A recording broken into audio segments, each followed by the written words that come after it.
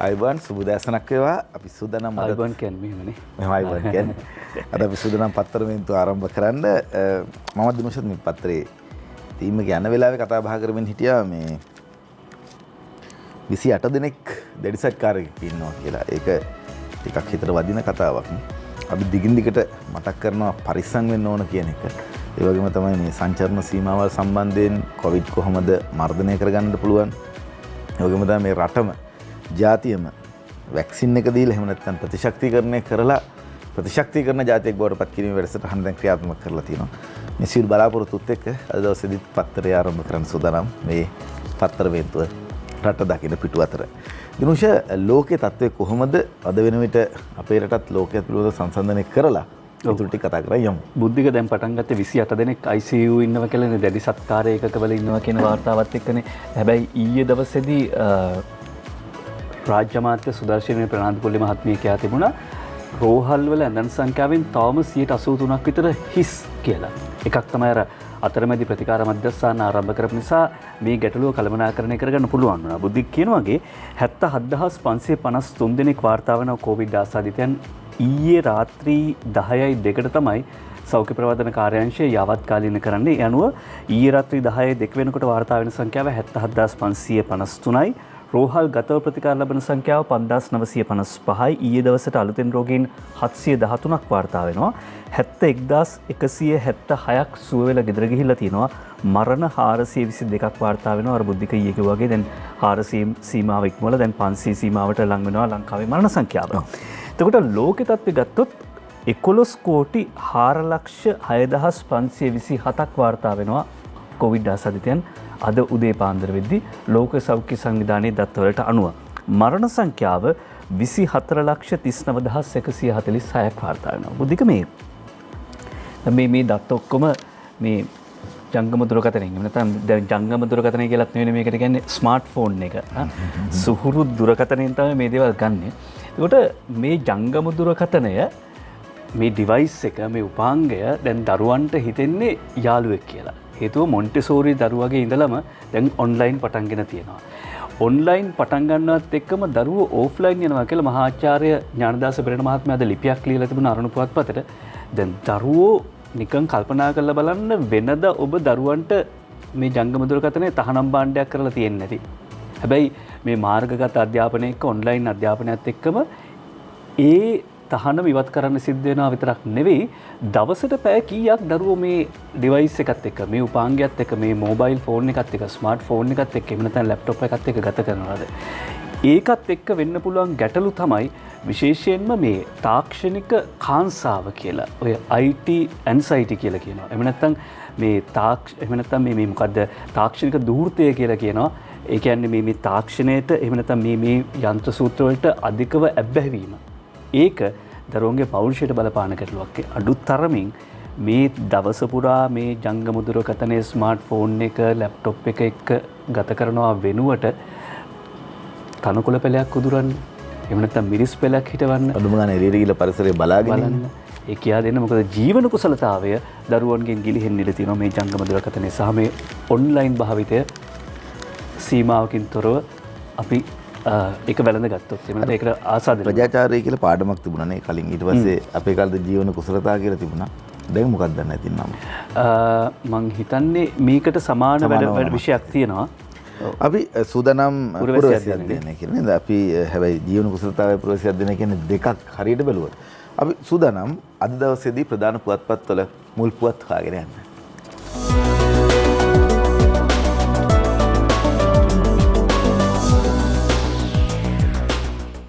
මම ආරම්භ කරන්නම් ඉන්දියාවට දී තිබූ තෙල් ටැංකිය යලි ශ්‍රී ලංකාවට සතුටු හිතන ප්‍රවෘත්තියක් සහ අපේ රටේ දේවල් විකුණන්නේ නැතුව විකුණපු දේවල් පවා එහෙම නැත්නම් බදු දීපු දේවල් පවා නැවතත් අපිට ගන්න පුළුවන් නම් එය ඉතාමත්ම වටිනවා කියන එක දිගින් දිගටම කතා බහට ලක් වුණා. අභියෝග ජය ගැනීමෙන් සංචාරක ක්ෂේත්‍රයේ නව ගමනකට සූදානම් වෙන්න කියලා ජනාධිපතිවරයා පවසන අතරතුරේදී කතා බහ කරනවා ඉන්දියාවට දී තිබූ තෙල් ටැංකිය යලි ශ්‍රී ලංකාවට කියලා. ඉන්දියා මහා කොමසාරිස්වරයා එකඟ වෙලා තිනවා. වසර 80කින් ප්‍රයෝජනයක් ගෙන නැහැ.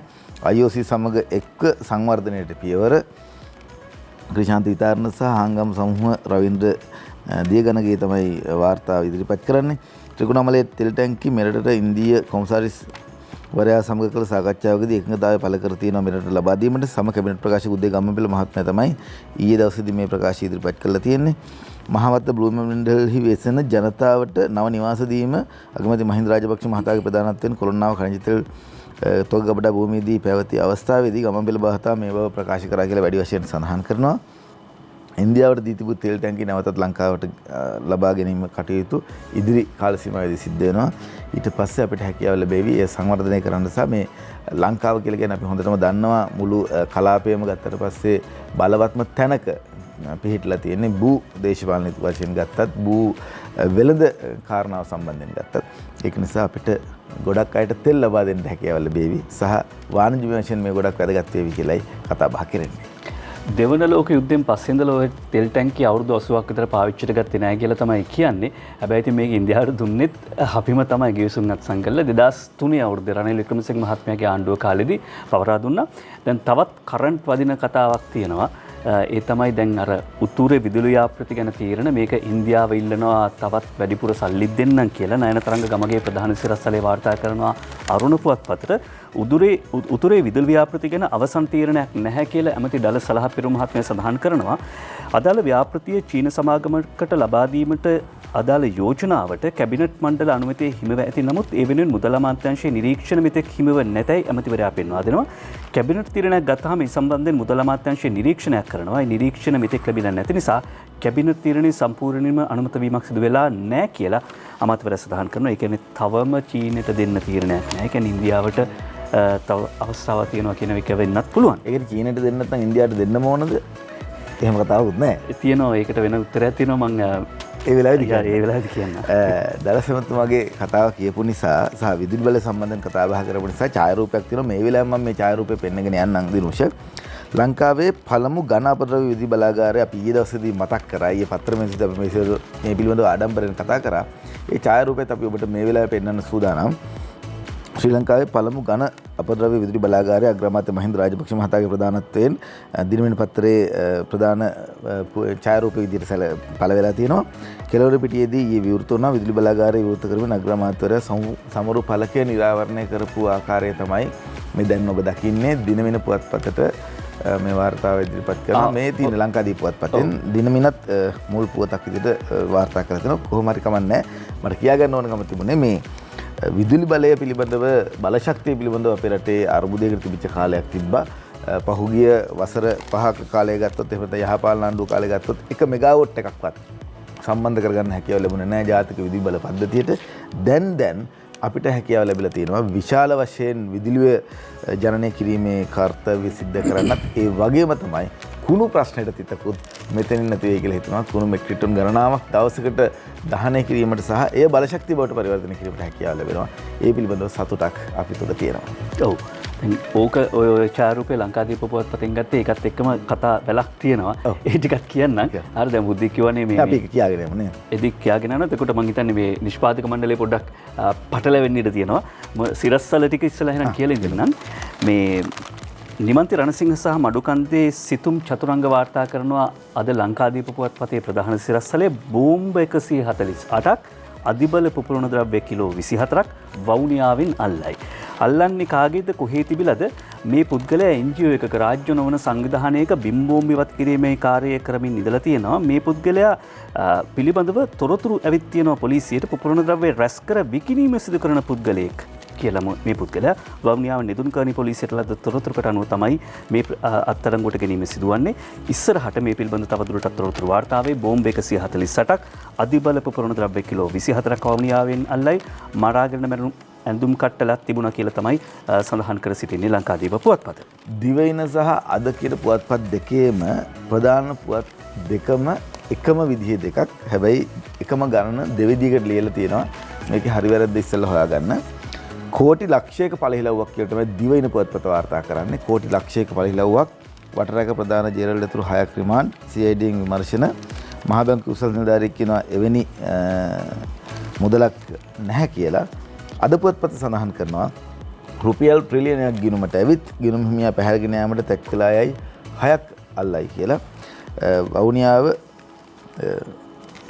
කුමාන්කුලම් ප්‍රදේශයේ පදිංචි අයෙකු බැංකු ගිණුමකට බැර වූ යයි කියන රුපියල් ට්‍රිලියන මුදල් ලබා ගැනීමට උත්සාහ දරු බව කියන සහකරුවන් 6 දෙනෙකු ඊ අත්අඩංගුවට ගෙන ඇති බව වවුනියා පොලිසිය ප්‍රකාශ කරලා තියෙනවා.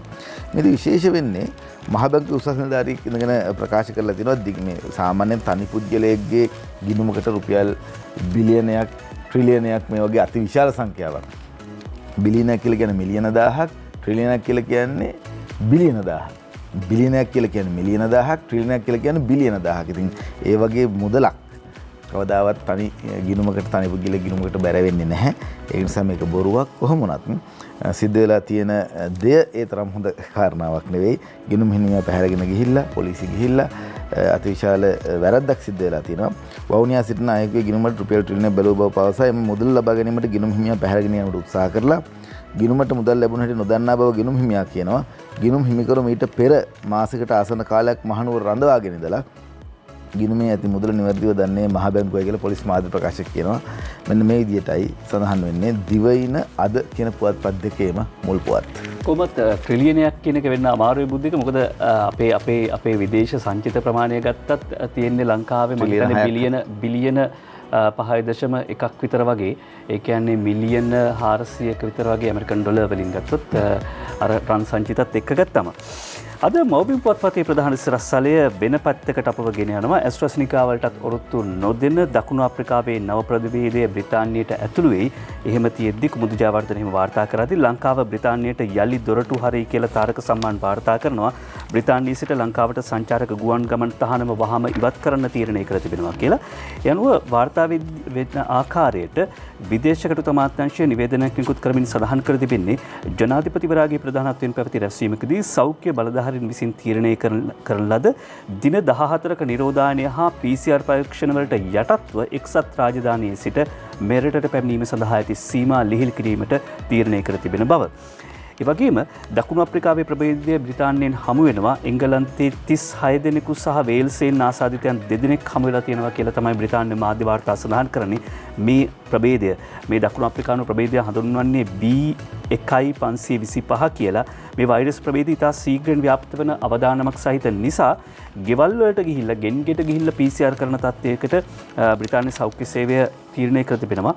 සැලකිය යුතු විකෘතිතා සහිත මේ එන්නත ඇස්ට්‍රාසෙනිකා එන්නතට සමවෙන සැලකිය යුතු විකෘතිතා සහිත මේ ප්‍රභේදය ඇස්ට්‍රාසෙනිකා එන්නතට ප්‍රතිචාර දක්වන්නේ නැහැ කියලා කියනවා. කොමුණත් ෆයිසර් එන්නත මේකට ප්‍රතිචාර දක්වනවා කියලත් වෛද්‍ය ක්ෂේත්‍රයේ කතාබහට ලක් වෙනවා.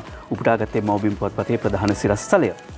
ඊට පස්සේ බුද්ධික ඒත් එක්කම මේ අපි ප්‍රධාන සිරස්තල වලින් පස්සේ අනු සිරස්තල ගෙනෙනවා. අද මව්බිම් පුවත්පතින් ආරම්භ කරනවා කොවැක්ස් එන්නත් 2,64,000ක් මේ මාස අගදී ලංකාවට කියලා ජේ.ටී.ද සිල්වා මේ වාර්තා කර සිටින්නේ.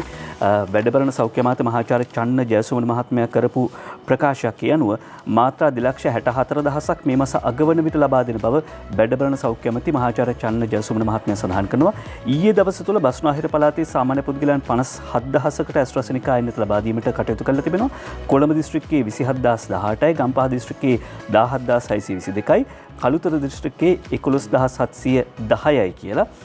ඒ වගේම පළවෙනි මාත්‍රාව ලබා දීපු උදවියට සති 10කින් දෙවන මාත්‍රාව ලබා දෙනවා කියලත් අමාත්‍යවරයා සඳහන් කරද්දී ඊයේ මන්ත්‍රීවරුන් 24 දෙනෙක් එන්නත ලබාගත් බව වාර්තා කර සිටිනවා මව්බිම පුවත්පත.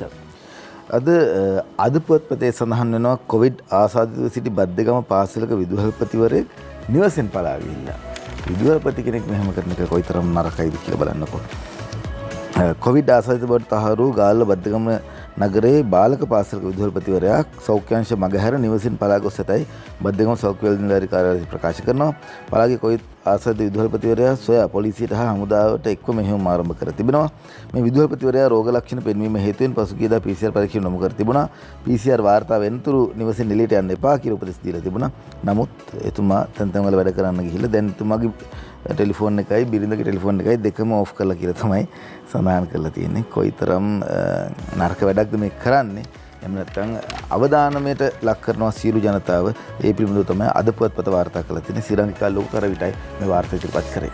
ඊයේත් මන්ත්‍රීන් 24ක් කොවිඩ් එන්නත් කරගත්ත කියලා වාර්තා කරද්දී අද ලංකාදීප පුවත්පත ඡායාරූපයක් සහිතව වාර්තා කරනවා. ඒ තමයි කතානායක මහින්දාප අබේවර්ධන මහත්මයාත් එන්නත ලබාගත් යුද හමුදා රෝහලේදී ජෙනරාල් ශවේන්ද්‍ර සිල්වා මහත්මයා ඇතුළු පිරිස මේ අවස්ථාවට සහභාගී වෙන ආකාරය තියෙනවා. ඒ අතර මොකද මේ අර එතුමත් පැනිය ලබා ගත්තනේ. ඒ නිසා තමයි සමාජ මාධ්‍යවල මේ ගැන වැඩිපුර අවධානය යොමුනේ.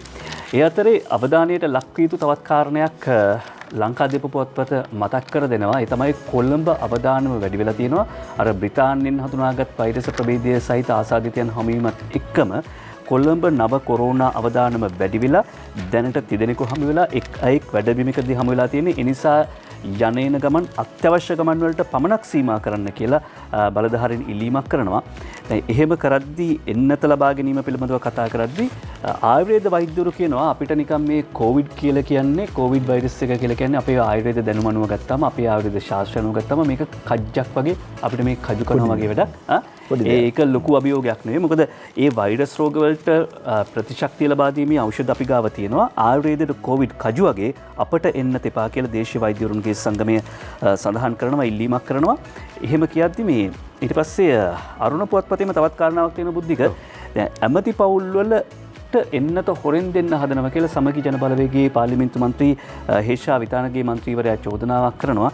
ලිපිය කියවල බැලුවෙන් පස්සේ තේරෙන්නේ මේ නිකන් කනා පාරක් ගහනවා වැදුනොත් හරිනේ කියලා. මොකද කැබිනට් මාධ්‍ය හමුවකදී මාධ්‍යවේදියෙක් උදේ ගම්මන්පිල මහත්තයාගෙන් අහනවා ඔබතුමත් මේක ලබා ගත්තද කියලා. එන්නත ලබා ගත්තද කියලා.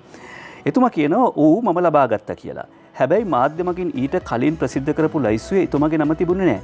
ඒ නිසා අපි අනුමාන කරනවා මේ වෙනකොට කැබිනට් ඇමතිවරුයි ඔවුන්ගේ පවුල්වල බිරින්දෑවරුයි ළමයි හොර රහස මේ යන්නත් ලබාගෙන නැති කියලා. අනුමාන කරන පොඩි ගලක් ගහලා වැලි වෙදෙයිද කියලා. පුංචි මන්ත්‍රීවරු පුංචි කතා නෙවෙයි ලොකු කතා කියන්න ගන්නවා. හරියට දැනගෙන කතා කරනවා නම් කොයිතරම් වටිනවද? මැයි වන විට රටේ සියලු පුරවැසියන්ට කොවිඩ් එන්නත දෙනවා කියලා දිවයින පුවත්පත වාර්තා කරනවා. ඇමති කෙහෙරිය රමුක්කල්ල මහත්මයා තමයි මේ බව ප්‍රකාශ කරන්නේ. ලබන මැයි මාසයේ වන විට නියත වශයෙන්ම රටේ සියලු පුරවැසියන්ට කොවිඩ්-19 වෛරසයට එරෙහි එන්නත් ලබා දෙන බව ජනමාධ්‍ය ඇමති ආචාර්ය කෙහෙලිය රමුක්කල්ල මහතා ප්‍රකාශ කරලා තියෙනවා. ඒ සඳහා අවශ්‍ය කරන එන්නතොලින් මිලියන 18ක් මේ වනට අනුමත කර තිබෙන බව ඇමතිවරයා කිව්වා. ජනමාධ්‍ය ඇමතිවරයා මේ බව ප්‍රකාශ කරේ ඊයේ නාරායන්පිට ප්‍රවෘත්ති දෙපාර්තමේන්තුවේ ශ්‍රවණාගාරයේ පැවති ජාතික සංවර්ධන මධ්‍යස්ථානයේ සමාරම්භක අවස්ථාවට එක්වමින් එම මධ්‍යස්ථානයේ අධ්‍යක්ෂ ලෙස මිලින්ද රාජපක්ෂ මහතා පත් කර තිබෙනවා. මාධ්‍ය මධ්‍යස්ථානය ආරම්භ කරා ඊයේ දවසේදී මිලින්ද රාජපක්ෂ මහත්මයායි එහි සභාපතිවරයා බවට පත් වුණේ. මේ වෙලාවේදී ආචාර්ය කෙහෙලිය රඹුකැල මහත්මයා ප්‍රකාශයට පත් කරා කොවිඩ් සම්බන්ධයෙන් ගත්තාම මැයි මාසය වෙනකොට ලංකාවේ ජනතාවට කොවිඩ් එන්නත සම්පූර්ණයෙන්ම දීලා ඉවර කරන්න හැකියාව ලැබෙනවා කියලා එහෙම බලාපොරොත්තුවක් තමයි රජයේ තියෙන්නේ. නිලන්ත මදුරාවල අද අරුණ පුවත්පතට වාර්තාවක් ගෙනෙන මහාචාර්ය කපිල පෙරේරා අධ්‍යාපන අමාත්‍යාංශයේ ලේකම්තුමා කරන ප්‍රකාශයක් 2022 ඉඳලා උසස් පෙළ ලියන අවුරුද්දේදීම සරසවියන්න පුළුවන්. විශ්වවිද්‍යාලයට යන්න පුළුවන් ඒ ලෙවල් ලියන අවුරුද්දෙම කියලා. සාමාන්‍ය පෙළ අගෝස්තුවට එනවත් කියලා කියනවා බුද්ධික. යනුව දැන් දෙසැම්බර් මාසේ තියෙන සාමාන්‍ය පෙළ විභාගය අගෝස්තු මාසෙට ගේනවා. ඊට පස්සේ ඒ ඊළඟ අවුරුද්දේ ජනවාරි වෙද්දී උසස් පෙළ පටන් ගන්නවා. ඊට අවුරුදු දෙකකින් පස්සේ හරියට උසස් පෙළ විභාගය තියෙනවා ජනවාරි මාසේ. මේක මේ වැඩේ කරනවා නම් සෑහෙන ජීවිතේ ඉතුරු වෙනවා දරුවන්ගේ. ඔව් අවුරුදු 13ක් වෙච්ච පාසල් කාලේ අවුරුදු 12කට අඩු කරලා පුළුවන් තරම් ඉක්මනට උපාධියකට යනවා නම් එහෙමයි නැත්නම් වෘත්ති අධ්‍යාපනයට යනවා නම් එහෙමයි. එහෙම කළ දරුවන්ව සමාජගත කිරීමේ වැඩපිළිවෙලක් තමයි කතා බහ කරන්නේ. නව ප්‍රතිසංස්කරණ යටතේ සාමාන්‍ය පෙළ සිසුන්ට හැඳුනුම්පත නොලැබුණා නම් ප්‍රාදේශීය කාර්යාලයෙන් අහන්න කියලා කතා බහ කරලා තියෙනවා. අධ්‍යාපන ප්‍රතිසංස්කරණ සාමාන්‍ය විභාගයේ පෙනී සිටීමට නියමිත දරුවන් මෙතෙක් පුජ්‍යලයන් ලියවිලි කිරීමේ දෙපාර්තමේන්තුව මගින් නිකුත් කළ හැඳුනුම්පත හෝ එහි තොරතුරු දතොත් කරන ඇති ලිපිය ලැබී නොමැති නම් පාසල අයත් ප්‍රාදේශීය කාර්යාලයට ගොස් විමසීම් කරන ලෙස පුජ්‍යලයන් ලියවිලි කිරීමේ දෙපාර්තමේන්තුවේ කොමසාරිස් ජෙනරාල් වියානි ගුණතිලක මහත්මිය මහතා ප්‍රකාශ කළ තියෙනවා. සමා වෙන්න වියානි ගුණතිලක මහතා ප්‍රකාශ කළ තියෙනවා. විදුහල්පතිවරුන්ගෙන් තමයි මේ ඉල්ලා සිටින්නේ. විදුහල්පතිවරුන්ටත් දැනුම් දීලා තියෙනවා. පුළුවන් තරම් ඉක්මනට ප්‍රාදේශීය ලේකම් කාර්යාලයට ගිහිල්ලා අහන්න දරුවන්ට හැඳුනුම්පත ඇවිල්ලාද තියෙන්නේ කියලා. නැත්නම් ඒ පිළිබඳව ක්‍රියාත්මක වෙන්න. අධ්‍යාපනය ගැන කතා කරපු නිසා ඊයේ ශ්‍රීමත් ජෝන් කොතලාවල ආරක්ෂක විශ්වවිද්‍යාලයේ 2020 උපාධි ප්‍රදානෝත්සවය පැවැත්වුණා ජනාධිපති ගෝඨාභය රාජපක්ෂ මහත්මයාගේ ප්‍රධානත්වයෙන්. එහිදී එතුමා කරපු කතාව ජාතික පුවත්පත් සියල්ලම වාර්තා කරනවා. මව්බිම් පුවත්පත කියන්නේ ඉසෙඩ් අගය මත සිසුන්ගේ අනාගතය තීරණය වෙන්නේ ඉඩ තබන්නට බෑ. පෞද්ගලික අංශ රාජ්‍ය විශ්වවිද්‍යාල සහ සෙසු උසස් අධ්‍යාපන ආයතන එක්ව වැඩ කරන්න කියන උපදෙස් ලබා දෙනවා. උසස් අධ්‍යාපනයේ නවීන ක්‍රම සමග ඉක්මනින් හැඩගැසිය යුතුයි. අපි ගෝලීය පරිවර්තනයන්ට හැඩගැසුම් කියලා කියනවා. ඒ වගේම අධ්‍යාපන අංශය කුමක් වුවත් සියලු සිසුන්ට පරිගණක සහ ඉංග්‍රීසි දැනුම අවශ්‍යයි කියන කාරණාව ජනාධිපතිතුමා අවධාරණය කරනවා. අධ්‍යාපන සැලසුම් හා කළමනාකරණයට සරසවි වලට නිදහස ලබා දෙනවා. මේ කතාවේ තිබිච්ච එක කාරණාවක් විතරක් ඉස්මතු කරන්නම්. වර්තමානයේ ඇතැම් විට දක්නට ලැබෙන්නේ විශ්වවිද්‍යාලයෙන් පිටව ගිය පසු අතරමං වන දරුවන්. එමෙ නැත්නම් Taman අතරමං වූ වාසේ සිසුන්ට දැන හැඟීම්. ඒ වෙනුවට මාගේ අදහස වන්නේ අනාගතයේ බිහිවන සෑම විශ්වවිද්‍යාල ශිෂ්‍යයෙක්ම තමාගේ යහපත සලසා ගැනීම, රටේ ආර්ථිකයට ධනාත්මක ලෙස දායක වීමේ හැකියාවෙන් යුක්ත අය විය යුතු බව. අපගේ උසස් අධ්‍යාපනයේ අප බලාපොරොත්තු වන වෙනස්කම මෙන්න මේ පරමාර්ථය අරමුණු කරගත්තා. ඒ කියන්නේ විශ්වවිද්‍යාල උපාධිය අරගෙන ගිහිල්ලා උද්ඝෝෂණ කරන්න නෙවෙයි, අනිත් අයත් ගොඩනගමින් Taman ගොඩනගෙන්න පුළුවන් ආත්ම ශක්තිය සහ ධනාත්මක චින්තනය ඕන් කළ තියෙන්න ඕනේ කියලයි ජනාධිපතිවරයා අවධාරණය කර සිටින්නේ. දිනවෙන පුවත්පත වාර්තා කරනවා බස්නාහිර ස්ථාන 27කදී 57000කට කොවිඩ් එන්නත විදින කාරණාව. රුවන්ත කිතුල්ගස් පිටියේ මේ වාර්තාව ඉදිරිපත් කරන කොවිඩ් මර්ධන එන්නත් කරන වැඩසටහන යටතේ බස්නාහිර පළාත කේන්ද්‍රගතව ස්ථාන 21කදී පුද්ගල 57000කට ආසන්න පිරිසකට ඔක්ස්ෆර්ඩ් ඇස්ට්‍රසෙනිකා එන්නත විදීමට පියවර ගත් බව වසංගත රෝග විද්‍යාඥ ප්‍රධාන වසංගත රෝග විද්‍යාඥ විශේෂඥ වෛද්‍ය සුදත් සමරීර මහතා ප්‍රකාශ කරා කියලා සඳහන් කරලා තියෙනවා. බස්නාහිර පළාත 21කදී ඊයේ දවසේදී එහෙම කරා. අද හෙට අනිද්ද මේ දිගටම මෙය එන්නත් ලබා දීමට කටයුතු කරනවා තියෙනවා. රට පුළුවන් තරම් ඉක්මනට ප්‍රතිශක්තිකරණ රටක් බවට පත් කරන්නට නැත්නම් වැක්සිනයිස් නේෂන් බවට පත් කරන්නටයි මේ බලාපොරොත්තු වෙන්නේ. කුණු කතාවක් තියෙනවා.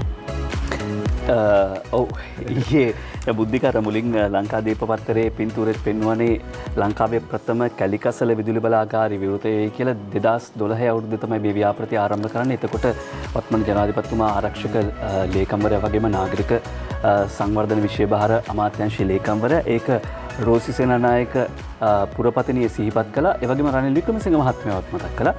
ඒ දෙකම අපි මතක් කරන්න ඕනේ. කොහොමුණත් ඊයේ මේ උත්සවයේදී ඩලස් අලහප්පිර මැතිතුමා කර ප්‍රකාශය ක්‍රිෂාන් පතිරත් ජයසූරිය මව්බිම් පුවත්පතට වාර්තා කරනවා කුණු කතා අදින් අවසන් කියලා. අද දවසේ අපි මේ කරන්නේ ජාතික විදුලි බල පද්ධතිය බලගැන්වීම පමණක් නොවේ, ඊට අමතරව පරිසරයට ආදරය කරන ලස්සන රටක හීනය සඳහා තබන යෝධ පියවරක් වශයෙන් මේ අවස්ථාව ඉතිහාසගත වේවි. මෙය මෙගාවොට් 10ක විදුලි බලාගාරයක් ලෙස පමණක් ලඝු කරන්න එපා. කස්සල්ල අකුසලයෙන් රට මුදා ගැනීමේ යෝධ පියවරක් තමයි අද මේ තබන්නේ. මමත් මාධ්‍යකරුවෙක් නිසා මෙතන සිටින මාධ්‍ය මිත්‍රයන්ට හොඳ සිරස්සලයක් දෙන්නටත් පුළුවන්. එය නම් කුණු කතා අදින් අවසන් කියන සිරස්සලය දෙනවා. හැබැයි ඉතින් කුණු කතා එහෙමයි වටේම ඉවරෙන්නේ නැහැ නේද? එතන කුණු කතා අදින් අවසන් මම කතාවක් කියන්න හදන්නේ. දිනවෙන පුවත්පතෙන් මේ කතාව තෝරගන්නේ. මේ කුණු කතාවට සම්බන්ධ නැහැ මේක. දී පරදුවට තබා හැදූ රට චීනයේ කොලනියක් කරලා මෙහෙම කියන්නේ හිටපු ජනාධිපතිනිය. සුභාෂිනි සේනානායකයි මේ වාර්තාව ඉදිරිපත් කරන්නේ. සිය පාලන සමයේ දී පරදුවට තබා නිර්මාණය කළ රට අද වන විට යලි ආපස්සට ගෙන ගොස් ඇති බව ශ්‍රී ලංකාව චීනයේ කොලනියක් බවට පත් කර ඇති බවත් හිටපු ජනාධිපතිනි චන්ද්‍රිකා කුමාරතුංග මහත්මිය 16 වෙනිදා ප්‍රකාශ කරලා තියෙනවා. ශ්‍රී ලංකා මහජන පක්ෂ නිර්මාතෘ දිවංගත විජය කුමාරතුංග මහතාගේ 33 වන පුරසමරු උත්සවයට එක්වමින් මේ බව කියා සිටියා. රට ඉදිරියට ගෙන යාමට නම් පළවෙනිම ජනතාව වෙනස් විය යුතු බවත් ජනතාව වෙනස් කිරීමට නම් කළ යුතු වන්නේ පවතින අධ්‍යාපන ක්‍රමය උඩියටිකුරු කිරීම බවත් ඇය පැවසුවා. රට සංවර්ධනය කරා ගෙන යනවාද නැද්ද කියන කාරණේ තියෙන්නේ මේ ජනතාවත් ඒ බවත් අප හදනවා තව අය ඇවිත් විනාශ කරනවා ආය හදනවා මේ තත්ත්වය පැවතියොත් රට හදන්න බැරි බවද ඇය ප්‍රකාශ කරා. අපිට මතකයි තාරාදිමේල් එහෙම ඒ දවස්වල කොහොමද මේ දේවල් අධ්‍යාපනය එහෙම වෙනස් කරන්න ගියේ කියලා. මම කුණු කතාවක් කියලා කියන්නේ. ඔව්. දිවි පරදුවට තබා එතුමිය රට හදනවා කියලා කියනවා. හම්බන්තොට වරාය පිළිබඳ යෝජනාවල එතුමිය ජනාධිපති කාලේ මේ සුඩ තිබුණා. හැබැයි ඒක යථාර්ථයක් බවට පත් වෙන මහින්ද රාජපක්ෂ ජනාධිපතිතුමාගේ යුගයේදී. දැන් හම්බන්තොට වරායේ ආරක්ෂාව එහි තිබෙන නාවික හමුදා අනුකණ්ඩ ඉවත් කරන්න යනවායි කියලා මාධ්‍ය වාර්තා පළ වෙද්දී ඒ පිළිබඳව අද චීනය දක්වන ප්‍රතිචාරය අරුණ පුවත්පත වාර්තා කරනවා. හම්බන්තොට වරායේ ආරක්ෂාව ගැන චීනෙන් ප්‍රකාශයක් කියලා නයනතරංග ගමගේ වාර්තා කර සිටිනවා. යනුව හම්බන්තොට වරායේ ස්ථාපනය කර ඇති නාවික හමුදා ඛණ්ඩයේ එම පරිශ්‍රණ ඉවත් කිරීමට සූදානමක් පිළිබඳව පළවන මාධ්‍ය වාර්තාවලට ප්‍රතිචාර දක්වමින් චීන තානාපති කාර්යාලයේ ප්‍රකාශකෙක් අරුණට සඳහන් කර තිබෙනවා. ඒක ශ්‍රී ලංකාවේ අභ්‍යන්තර ප්‍රශ්නයක්. හම්බන්තොට වරායේ ආරක්ෂා පිළිබඳ ශ්‍රී ලංකා රජය සහ නාවික හමුදාව විසින් තීරණය ගනීවි. වරායේ අයිතිය 100%ක්ම තියෙන ශ්‍රී ලංකාව සතුව ඒ බව අපි මීට පෙරත් ප්‍රකාශ කර තිබෙනවා. වරාය පරිශ්‍රයේ පවතින නාවික හමුදා කඳවුර වරාය තුල හෝ ඉන් පිටත තබා ගැනීම පිළිබඳව වැඩිදුර තොරතුරු වරායට අදාළ වරාය අධිකාරිය සමග අත්සන් කරන ලද ගිවිසුමේ පැහැදිලිව සඳහන් කරලා තියෙනවා කියලත් චීන තානාපති කාර්යාලය ප්‍රකාශකයෙක් සඳහන් කරද්දී දැන් චීන ඉන්දියා කතාවර බුද්ධික මුලින් සඳහන් කරන්නේ මේ ඇයි උතුරේ බලශක්ති ව්‍යාපෘතිය චීනයට නැත්තම් ඉන්දියාවට කියලා. ඔව්. දැන් එස්.බි. දිසානායක පාර්ලිමේන්තු මන්ත්‍රීවරයා ඔහු හොඳට පතපොත කියවන එන පරිණත දේශපාලනඥයෙක්. කට පිළිබඳව සමහර ප්‍රශ්න තියෙනවා තමයි. හැබැයි ඉන්දියාවේ මිත්‍රත්වය අප රැකගත යුතුයි කියලා මේ පරිණත දේශපාලනඥයා කියනවා. මොකද මේවට මෙහෙම මේ වටේ ඉඳන් ගල් ගහලා හරියන්නේ නැහැ. මේවා රාජතාන්ත්‍රික පරිචය පෙන්වන්න ඕනේ ගැටලු. ඉන්දියාවේ මිත්‍රත්වය අපි රැකගත යුතුයි. ඉන්දියානු මැදිහත් වීමක් මෙරට ඇතිවීම පිළිබඳව මේ මොහොතේ කතා වෙනවා. ಭಾರತೀಯ ජනතා පක්ෂයේ නායකතුමා ලංකාවේ හොඳ මිත්‍රයෙක්. එතුමා මේ රටේ වත්මන් අගමැතිවරයාගේ ඊට ජනාධිපතිවරයාගේ හොඳ මිත්‍රයෙක්. ඉන්දියාව සමග අප සමග ඉන්න ලෝක බලවතෙක්. කොවිඩ් එන්නත මුලින්ම අපට ලබා දුන්නෙත් ඉන්දියාව නිසා රටවල් අතර මිත්‍රත්වය රැකගෙන කටයුතු කරන්න ඕනේ කියලා සඳහන් කරද්දී එස්.පී. දිසානායක මන්ත්‍රීවරයා යහපාලනයේ රටට අහිමි කළ සියලු දේ යලි ගොඩනැගීම අපේ අරමුණයි කියලා ඊයේ මාධ්‍ය සාකච්ඡාවක් පවත්වන පාර්ලිමේන්තු මන්ත්‍රී මధుර විතානගේ මහත්මිය සඳහන් කරනවා. මේත් එක්කම බැඳෙන කතාවක් නිසා දාසිරි ජයසේකර රාජ්‍ය අමාත්‍යවරයා කියනවා අපේ රට ඉත්තකු කරගන්න බලවත් රටවල් දෙක තුනක් උත්සාහ කරනවා කියලා ඊයේ ප්‍රකාශයක් කරනවා. අපේ රට අද විවිධ රටවල් දෙක තුනක ඉත්තන් බවට පත් කරගන්න වැඩපිළිවෙලක් ක්‍රියාත්මක කරනවා. හම්බන්තොට වරාය දුන්නම ඒකත් චීන කොලනියක් වෙයි කියන බයක් ඉන්දියාවට තියෙනවා. ඉන්දියාව පිටිපස්ස ඇමරිකාව ඉන්නවා. ඒ නිසා අද ලංකාව ඉන්දියාවෙන් ඇමරිකාවෙන් චීනයෙන් පාපන්දුවක් කරගන්න අපිට දෙන්නේ නැහැ. අන්න අර ඉන්දියා චීනයට නැත්නම් ඉන්දියාවටද කියලා කිව්වන් පස්සේ ඕක තමයි උත්තරේ. හොඳයි සූදානම් දිවයින පුවතක් අරගෙන එන්නට හිජාස් හිස්බුල්ලා උසාවි ගේන නීතිපතිගෙන් පොලිස්පතිට නියෝග කියලා ප්‍රවෘත්තියක් වාර්තා වෙනවා.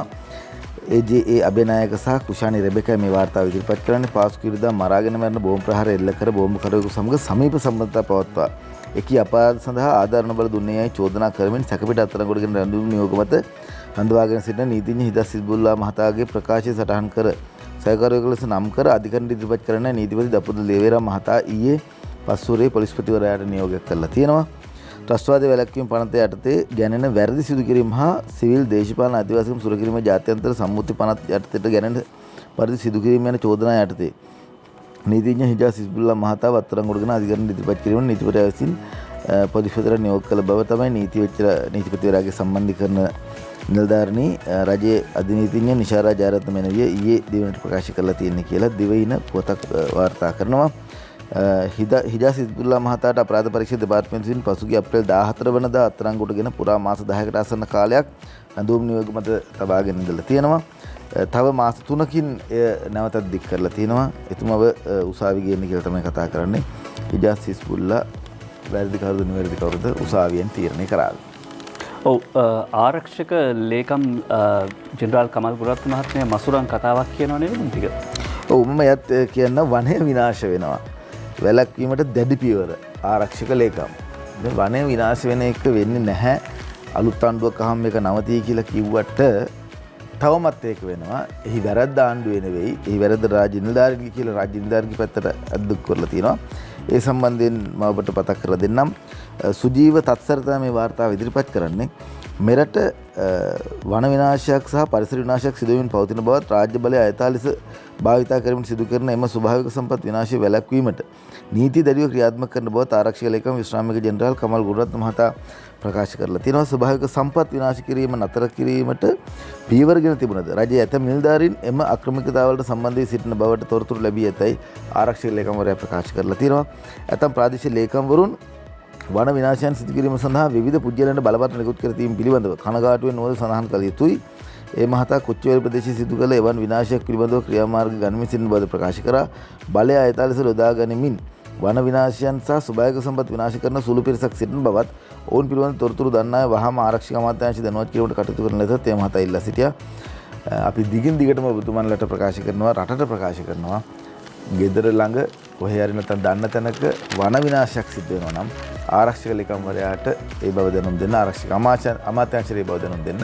ඕනම Google වෙබ් අඩවියට ගිහලා ආරක්ෂක අමාත්‍යාංශයේ දුරකථන ඇමතුම් ගත්තොත් එහෙම ඔබට අංක හොයාගන්න පුළුවන්. ඒ වගේම ඊමේල් පණිවිඩයක් යවන්න පුළුවන්. ජනාධිපතිට කියන්න කියලා ජනපතිට කියන්න කියලා වෙනම වෙබ් අඩවියක් තියෙනවා.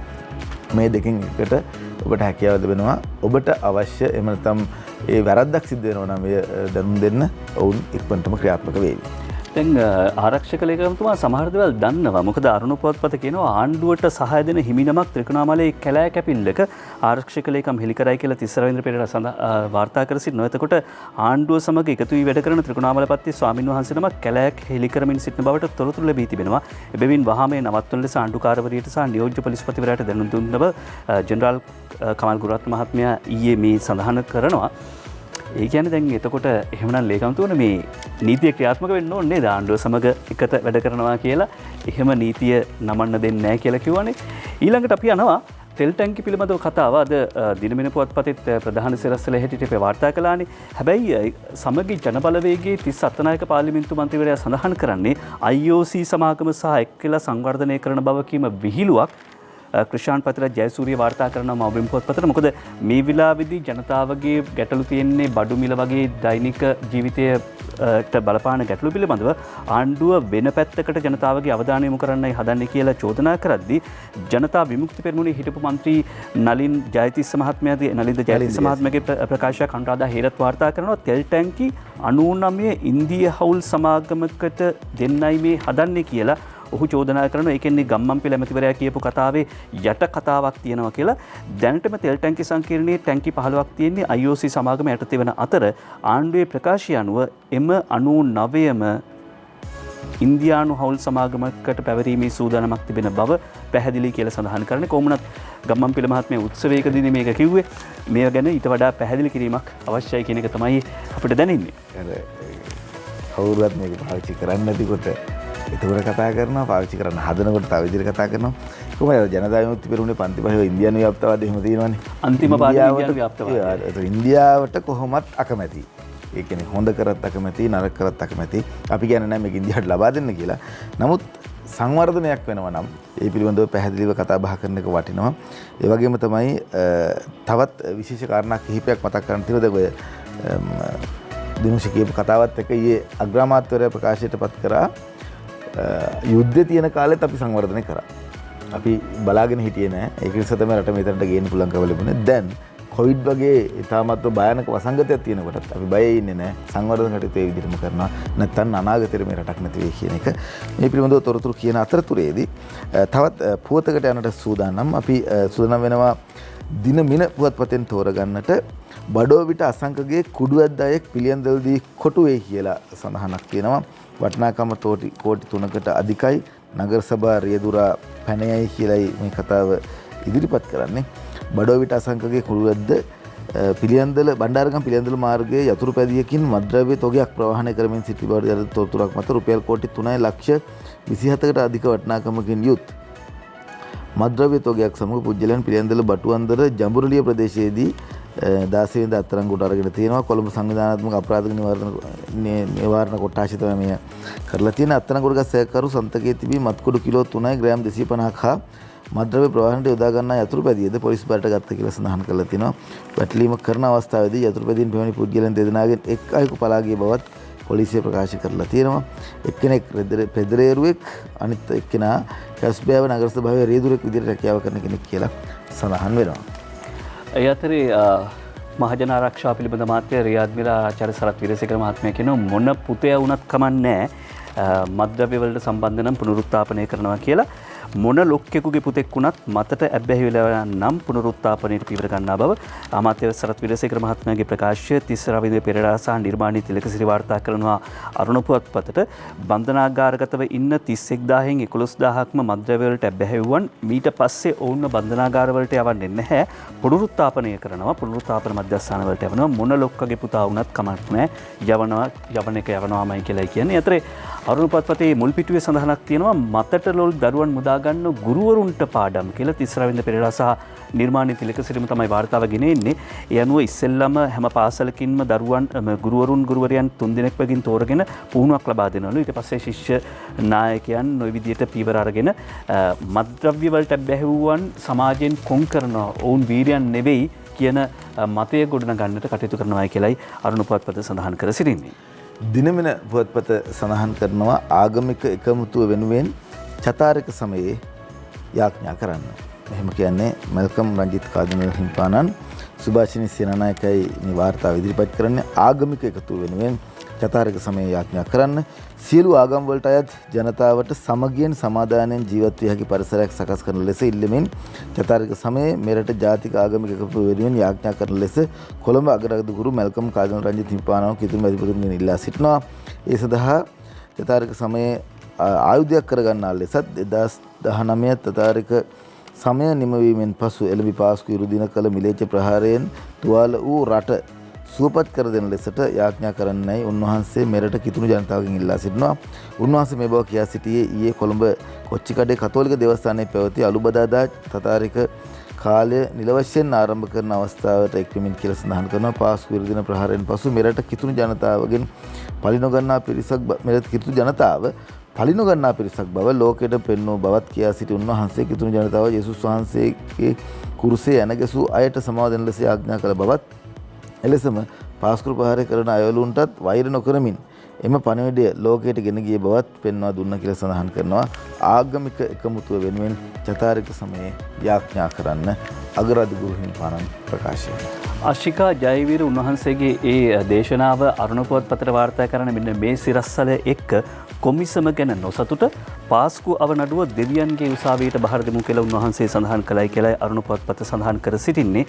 ඒ අනුව මේ වන විට ප්‍රහාරයේ සංවිධානාත්මක සිදු කළ බවට ඔප්පු වී ඇත. මේ පිටුපස මේ රටේ සහ වෙනත් රටවල කණ්ඩායම් සිටින බවද උන්වහන්සේ සඳහන් කළා. කාදිනල් හිමිපාණන් වහන්සේ පවසා සිටියේ ජාත්‍යන්තර බලවේගවලට ශ්‍රී ලංකාවේ ප්‍රශ්න විසඳීමට කිසිසේත්ම හැකියාවක් නැහැ. ඒ නිසා ඉටු යුතු සාධාරණ ඉටු වේවායි මේ චතාරික කාලයේදී යාඥා කරමු කියලා උන්වහන්සේ ඉල්ලීමක් කරනවා. ඒ අතරේ අරුණ පුවත්පත මුල් පිටුවේ සඳහන් කරන තවත් කාරණාවක් තමයි විදුලි වැටක් ඉදිකලාට එරෙහි මෙරට ප්‍රථම නඩු විභාගයේ පැවැත්වෙන බව තිසල් තෙන්නකෝන් සාලියපුර සිට වාර්තා කරනවා.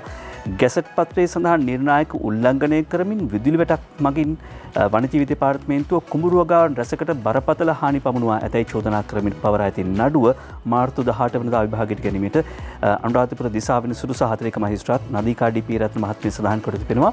විදුලි වැටක් ප්‍රමිතියට අනුව ඉදි නොකලාට ගැසට් පත්‍රයේ නිර්ණායක උල්ලංඝනය කරමින් ඉදි කළාට මේ ලංකා ඉතිහාසයේ පළවෙනි වතාවට තමයි මෙහිම නඩුවක් අධිකරණයේ සාකච්ඡාවට ගෙනෙන්නේ කියලා විභාගයට ගෙනෙන්නේ කියලා අද අරුණ පුවත්පත වාර්තා කර සිටිනවා.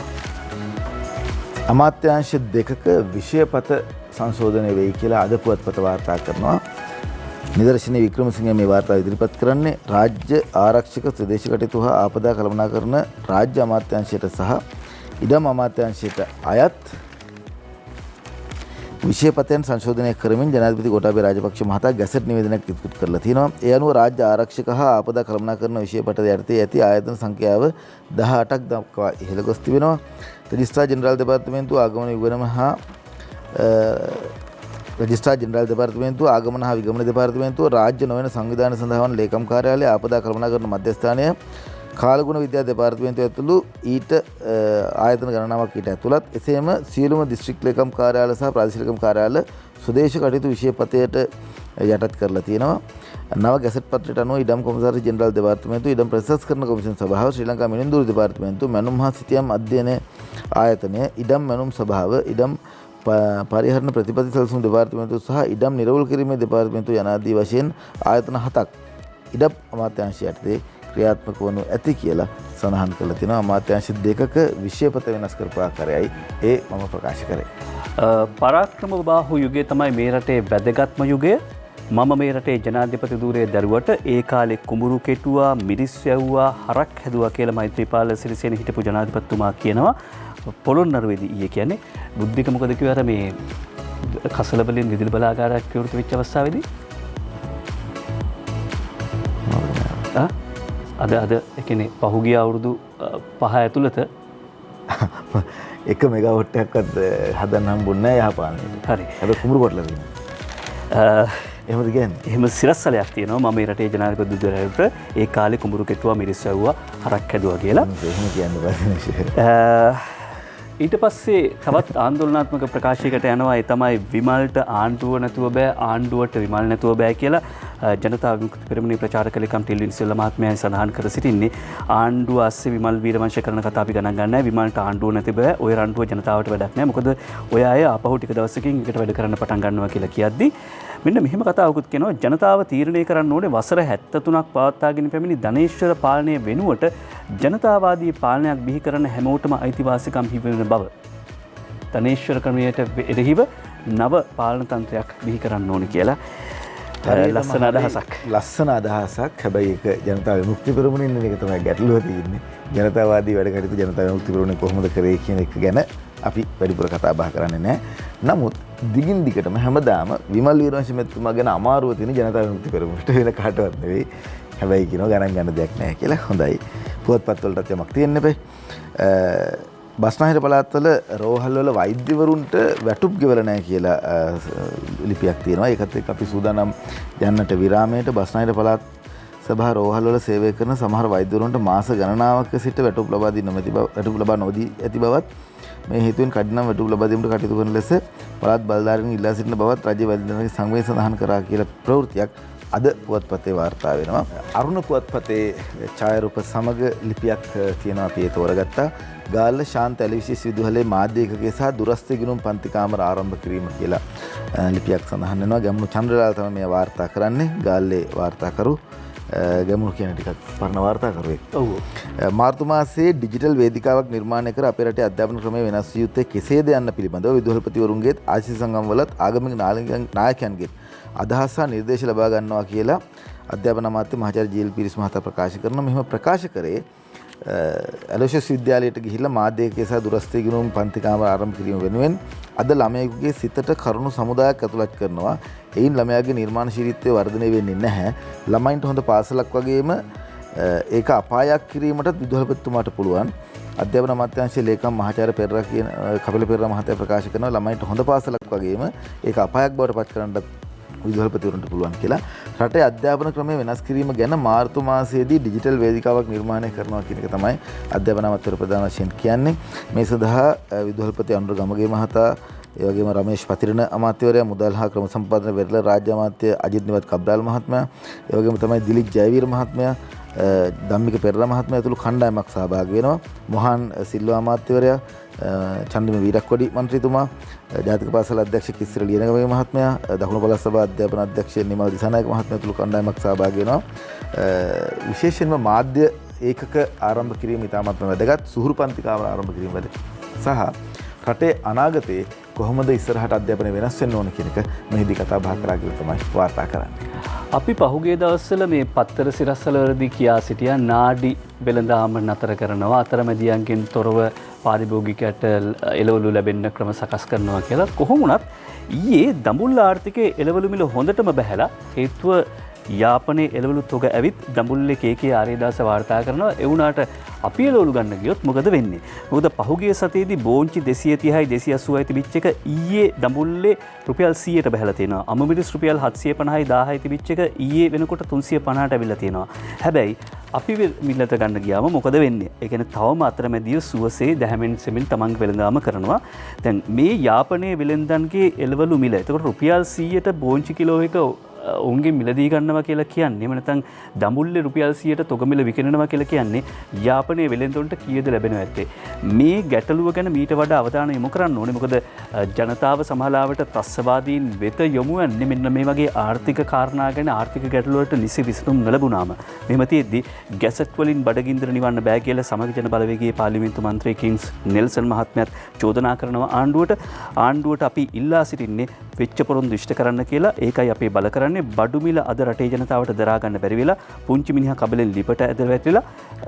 ඒක නිසා තවදුරටත් ඒ තත්ත්වය ඇති කරන්නේ නැතුව බඩු මිල අඩු කරන්න, ගැසට් ගහලා රටේ මිනිසුන්ගේ බඩගින්දර නිවන්න ආණ්ඩුවට බෑ කියලායි ඔහු චෝදනා කර සිටින්නේ. නිමෝඩිපින් ඖෂධය ලංකාවේ නිෂ්පාදනය කරන්න තීරණය කරලා තියෙනවා. මෙය සඳහන් කරනවා අද පුවත්පතෙන්.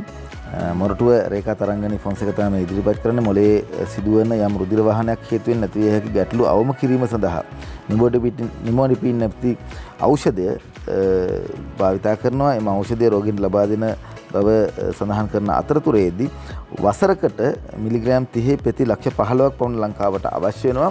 එය ලංකාවේ නිෂ්පාදනය කරන්න කටයුතු සංවිධානය කරලා තියෙනවා. රාජ්‍ය ඖෂධ නිෂ්පාදන සංස්ථාවේ නිෂ්පාදනයක් වන ලෙසිනු මේ නිර්මාණය කරන්නේ. මීට පෙර ලංකාවේ නිෂ්පාදනය නොකළ ඖෂධ රාජ්‍ය ඖෂධ නීතික සංස්ථාව විසින් නිෂ්පාදනය කර එළිදැක්වීම වැඩසටහන යටතේ නිබෝනිපීන් ඖෂධ නිෂ්පාදනය කර ලබන බව ස්නායු ශල්‍ය රෝග විශේෂඥ වෛද්‍ය සුනිල් පෙරේරා මහතාට ඖෂධ පිළිගැනීමත් ප්‍රතිද සිදු කරලා තියෙනවා. හොරණ මිල්ලනි ප්‍රදේශයේදී තමයි මේ ආරම්භ කරන්න සූදානම් වෙන මේ කර්මාන්තශාලාව. රුපියල් 130යි පිටරටින් ගෙනාවොත් රුපියල් 67කදී ලංකාවේ නිෂ්පාදනය කරලා දෙන්න පුළුවන්. එකට එකක් ලාභයි. එහෙමයි අලුත් රටක් වෙනස් වෙනවා. අපි සූදානම් කාටුන් බලන්න. බලමු මොනවද කාටුන් කරුවෝ දැකලා තියෙන්නේ කියලා ඊයේ පෙරේද සිද්ධ වෙච්ච දේවල්.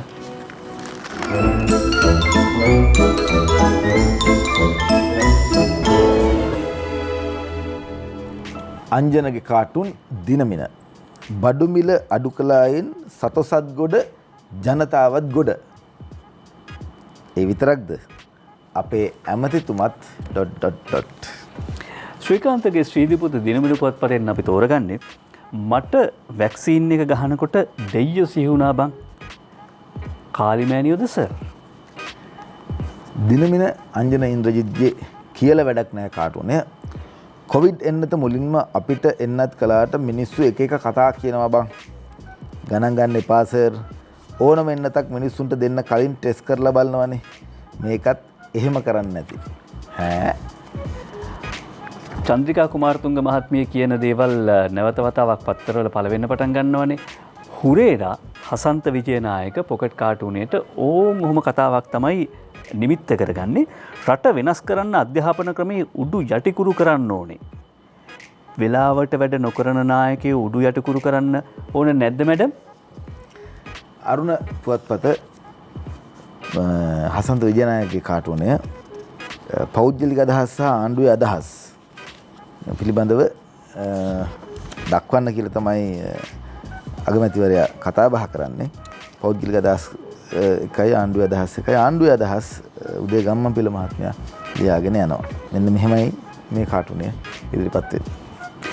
රංචගොඩ ළමයා කටකහනවට කියන කවි දෙක අරුණ පුවත්පතෙන් තෝරගන්නේ මහින්දානන්ද ඇමති මේ අහනු නොසැලී සිටිය යුතු තීරණයක් ඒක.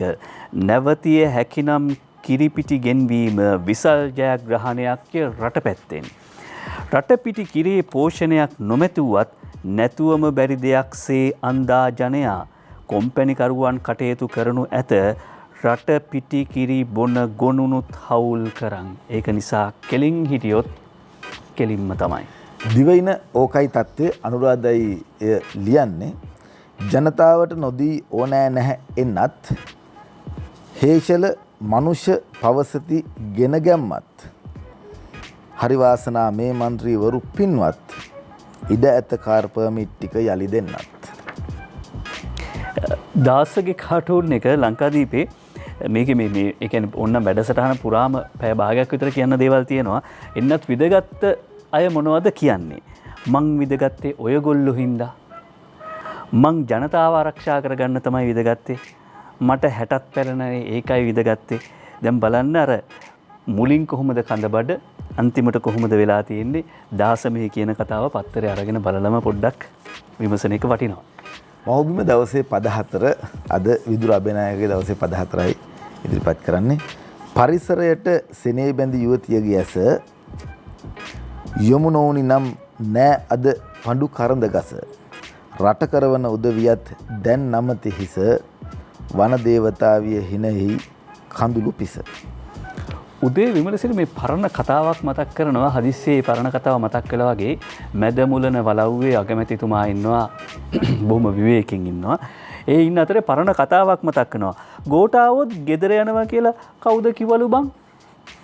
කාටද මේ කියන්නේ? මේ වාසුදේව ඇමතිතුමා දෙන්න හොඳ යාළුවෝනේ. ඒක තමයි කියන්නේ ගෝඨාවොත් ගෙදර යනවා කියලා කවුද කිව්වලු බං?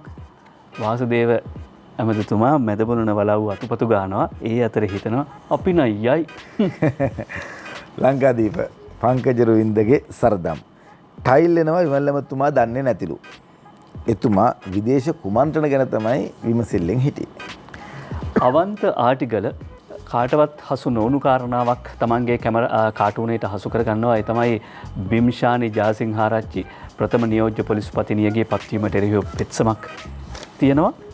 මෙන්න මේකයි වෙලා තියෙන්නේ. පුරුෂාධිපත්‍ය. හොඳයි. ලංකාදීප ඒතුමා තලන්ගේ ඒතුමා වලින් වැඩසටහනේ කාටුන් අවසන් කරලා තියෙනවද නැනේ? එකක් තියෙනවා. මම එහෙනම් එකක් කියමු අපි. විජය කුමාරතුංග අද හිටියනම් මුහුදට පයනවා කියලා චන්ද්‍රිකා කුමාරතුංග මැතිණිය කියනවා. ඉතින් ඔබතුමී ඉන්නවනේ. ඒ උදාර කටයුත්ත ඉටු කරන්නකෝ. මේ තියෙන්නේ සරණමය අවස්ථාවක් කියලා සඳහන් කරනවා. මොලේ කචල් පොලිටික්ස් වාසනාවන්, ගැසට් ගහන තරමට වාසනාවන්, ඉන්ජෙක්ෂන් පළමුව වාසනාවන්, අපට නෙවෙයි ඔවුනට වාසනාවන්. මේ ඩොග් අද පුවත්පතේ කවිය ආයවතාවක් කියන්න ඕන නිසා තමයි ඉස්සෙල්ලම කවිය කියලා හිටියේ. මොලේ කචල් පොලිටික්ස් වාසනාවන්, ගැසට් ගහන තරමට වාසනාවන්, ඉන්ජෙක්ෂන් පළමුව වාසනාවන්, අපට නොවෙයි ඔවුනට වාසනාවන්. අපට නොවේ යවුනට වාසනාවන්. මුළු රටටම වාසනාව පත් වෙන යෝන, මුළු රටම වාසනාවන්ත වෙන්නටයි යෝන. අපි අද දවසේදී වැඩසටහන අවසන් කරනවා. දිගින් දිගට මතක් කරනවා මු ආවරණ සම්බන්ධයෙන්, ඒ වගේම තමයි මීටර් දෙකේ දුර සම්බන්ධයෙන් අවධානයෙන් අවබෝධයෙන් ඉන්න. එහෙම වුණොත් මේ රටත් ජාතියත් අපිට බේර ගන්නට හැකියාව ලැබේවි මේ වසංගතේ. අපි ගිහින් එන්න. ලස්සන දවසක් උදේ.